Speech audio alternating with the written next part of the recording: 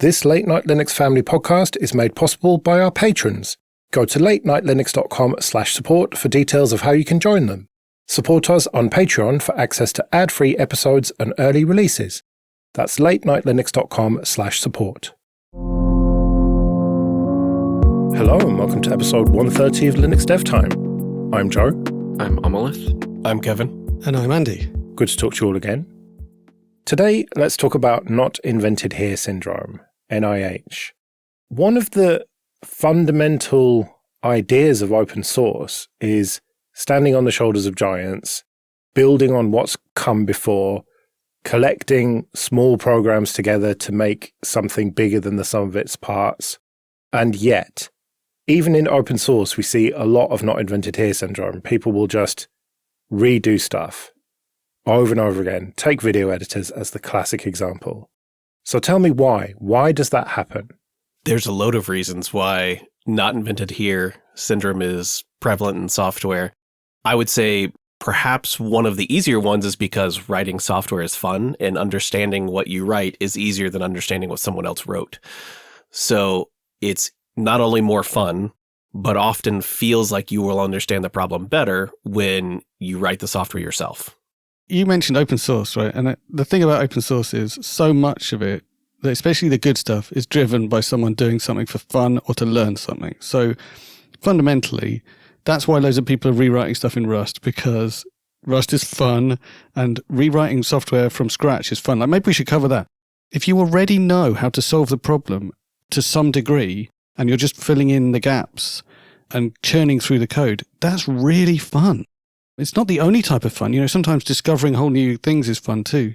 But re-implementing stuff is really fun. Well, it's fun because you also don't have to do the exploration phase of like, how do I do this? It's already roughly figured out for you.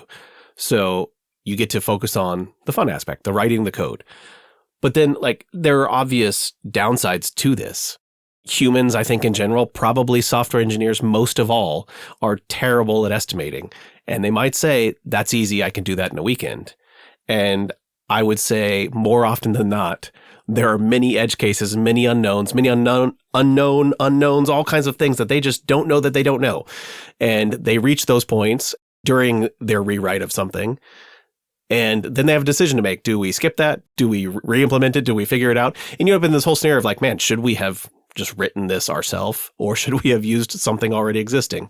So it's a very difficult situation to be in software, but it happens constantly. We are having this debate internally at Element right now. So some people may know that some of the most popular Matrix apps are the ones made by Element. And there's a mobile app called Element, and there's a mobile app called Element X, which is a rewrite from scratch on both Android and iOS. So both of those apps were separate Android and iOS apps, and now there's a rewrite, which they're still separate apps, but they're based on the new technology. So the Android one is based on Jetpack Compose, and the iOS one is based on whatever fancy thing they have on iOS now, Swift UI. And both of the rewritten front ends are also based on the shared Rust code base. So the part of the idea of this is we're sharing more code, so it's actually a sensible idea and not a not invented here syndrome thing.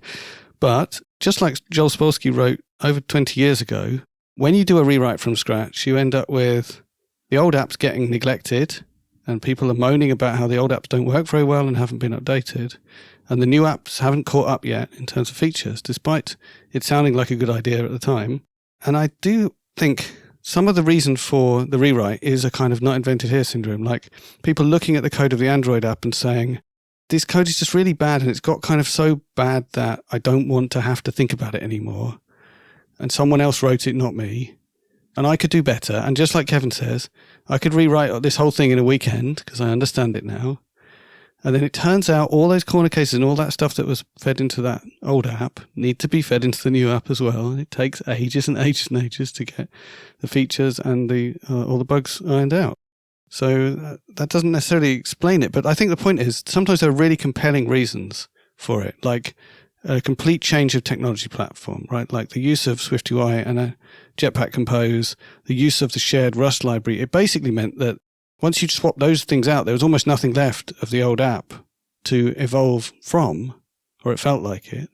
So it was easy to be tempted by that not invented here. Let's just do our new thing.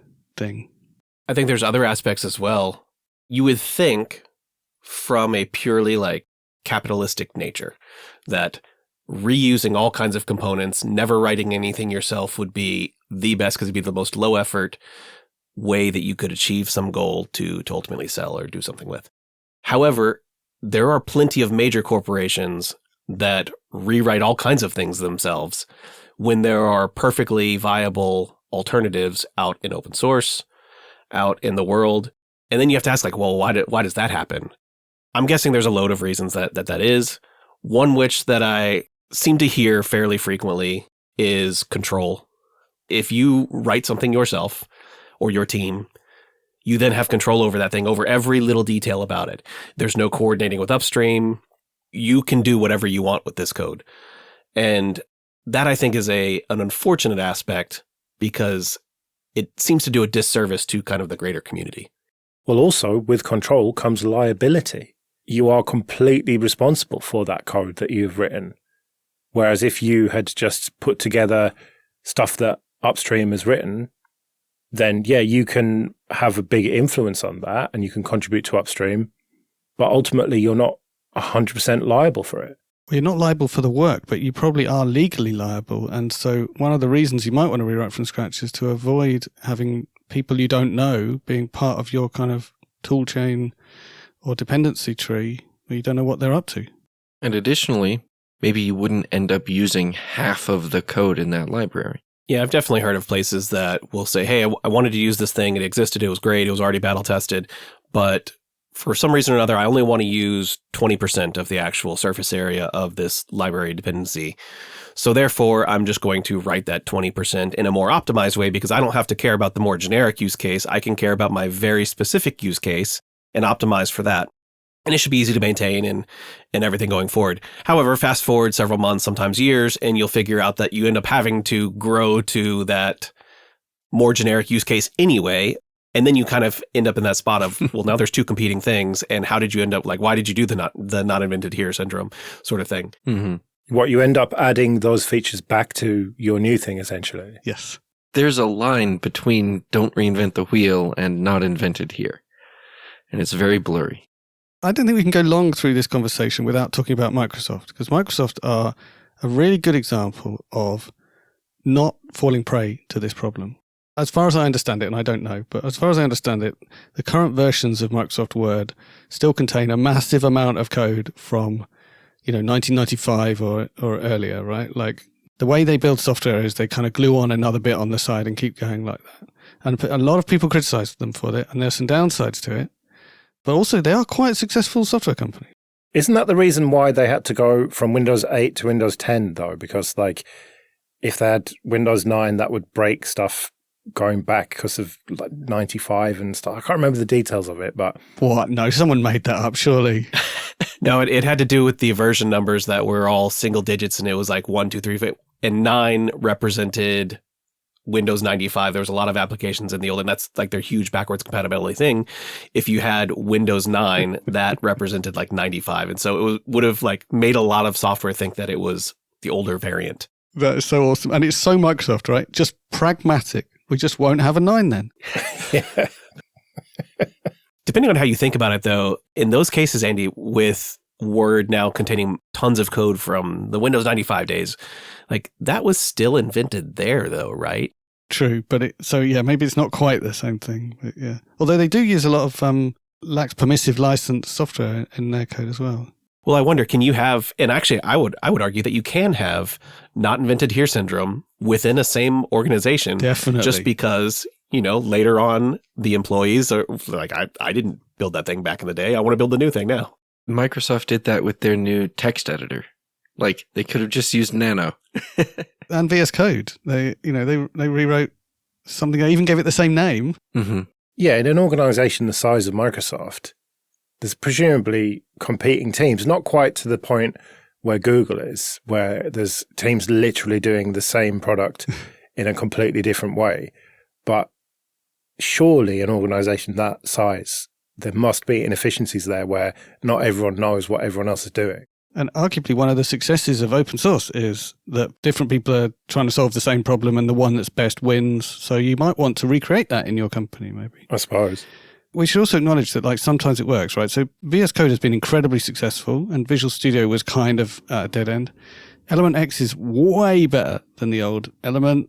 So it kind of has worked, even though it's also had all the problems that could have been predicted. So it can work and be really successful. I've also seen people use not invented here as a way to stop new software from being developed. And that's one that I somewhat disagree with. We can always move the state of the art ahead. If you're going to purely just re-implement something again, that is not invented here. If you're going to try a new angle, a new way, a new feature set, all these other different things that you can add on to it, that arguably is not invented here because you're trying something new. You're trying to move the state of the art forward. What about the idea of just pure arrogance? Surely there must be people who want to make something and they look around and there is something that exists that does more or less the same job, but they just think, that's not very good, I could do a better job of that. That must be a lot of certainly smaller projects. Well, it's only arrogance if they're wrong, right? True. So some of that arrogance is just what powers a lot of progress in open source, right? So it can be really toxic, but it can also just be, let's just call it confidence or even naivety. When you first approach a problem, it looks easy, so you get started. Otherwise, you wouldn't get started if you realized how hard it was. And then by the time you've started, you trick yourself into actually tackling the hard bits as well.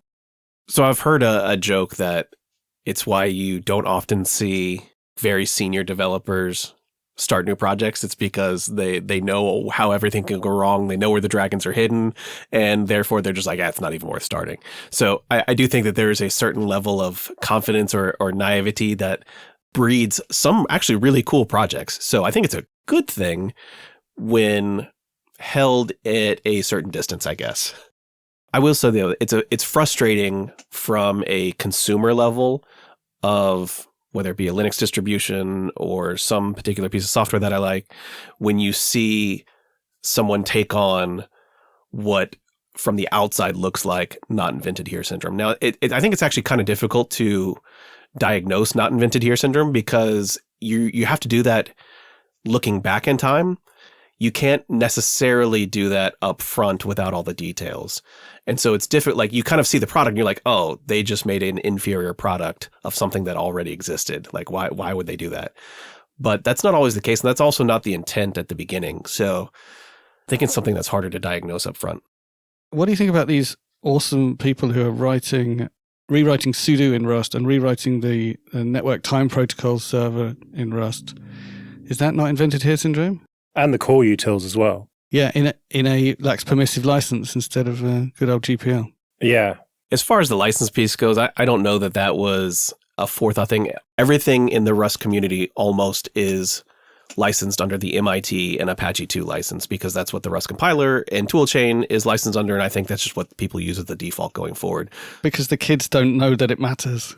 Right, which could be a problem in and of itself, but I don't necessarily think that the rewrite of the UUUtils project was like, oh, let's find a less permissive license to write that's why we're starting this rewrite. Yeah, I'm not convinced the licensing was the motivation at all. It was a technical motivation. And to me, from an outsider's point of view, I think it makes a lot of sense. It was about time to rewrite some of the low-level stuff in a modern memory-safe language and get rid of some of the cruft while they were at it. Can you get rid of the cruft, though, if you're POSIX compliant and you're trying to be compatible? So the sudo rs project they did a rewrite in a memory-safe language. However, there's certain parts of the original sudo that they've decided do not fit in the re-implementation. Either they were a bad decision up front or they add too much scope. There's all kinds of things that they have not, by design, re-implemented in this newer variant. That's cool. Is it sufficient justification that stuff like that ought to be written in Rust? Do we love Rust that much? I mean, I think me and Andy do. I don't think that we speak for the broader community.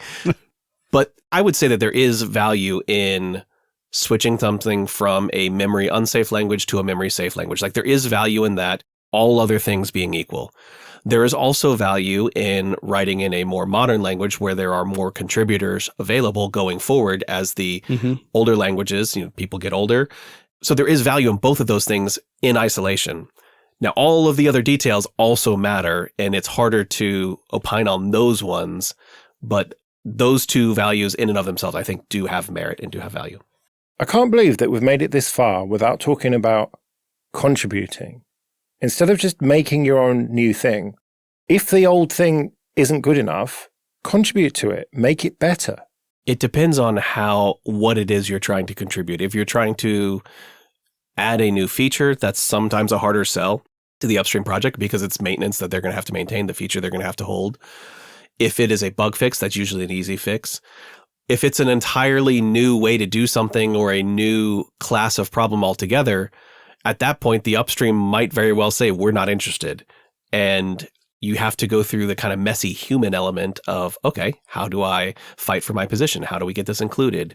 How do we maintain support for it after it lands? There's all kinds of things that go into that. So contributing upstream, I think, should be the default approach. I think that's how we end up with the ecosystem that we have now, building on the shoulders of giants. However, practically, I don't think that that's always an option. And unfortunately, too, when we're talking business contexts, some businesses are not willing to wait and pay the messy people portion in order to get something done that way. And it's easier just to say, I have a team of developers, I'll just have them rewrite it.